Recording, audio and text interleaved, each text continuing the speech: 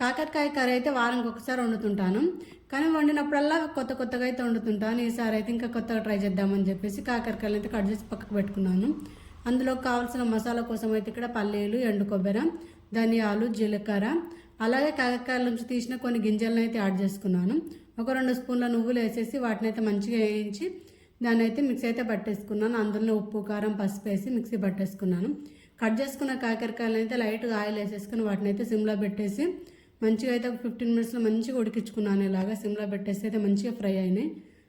తర్వాత అయితే అందులో కావాల్సిన మసాలా అయితే మొత్తం పెట్టేస్తాం. మిక్సీ పట్టుకున్న మసాలా పెట్టేసుకొని మళ్ళీ అదే ఫ్యాన్లో కొంచెం లైట్గా ఆయిల్ వేసేసుకొని పచ్చిమిర్చి అలాగే కరివేపాకు వేసేసుకొని కాకరకాయలు అయితే వేసేసి వాటిని అయితే కలుపుతూ ఒక 10 to 15 మినిట్స్ అయితే ఫ్రై చేసుకున్నాను. చాలా టేస్టీగా ఉంది. కాకరకాయ తినని వాళ్ళు కూడా ఈజీగా తినొచ్చు, అంత టేస్టీగా ఉంది. నేనైతే ఇలా నైట్ అయితే చేసుకున్నాను. ఎప్పుడు ఒకేలా కాకుండా అప్పుడప్పుడు ఇలా ట్రై చేయండి, చాలా బాగుంటుంది. వీడియో నచ్చితే లైక్ అండ్ సబ్స్క్రైబ్.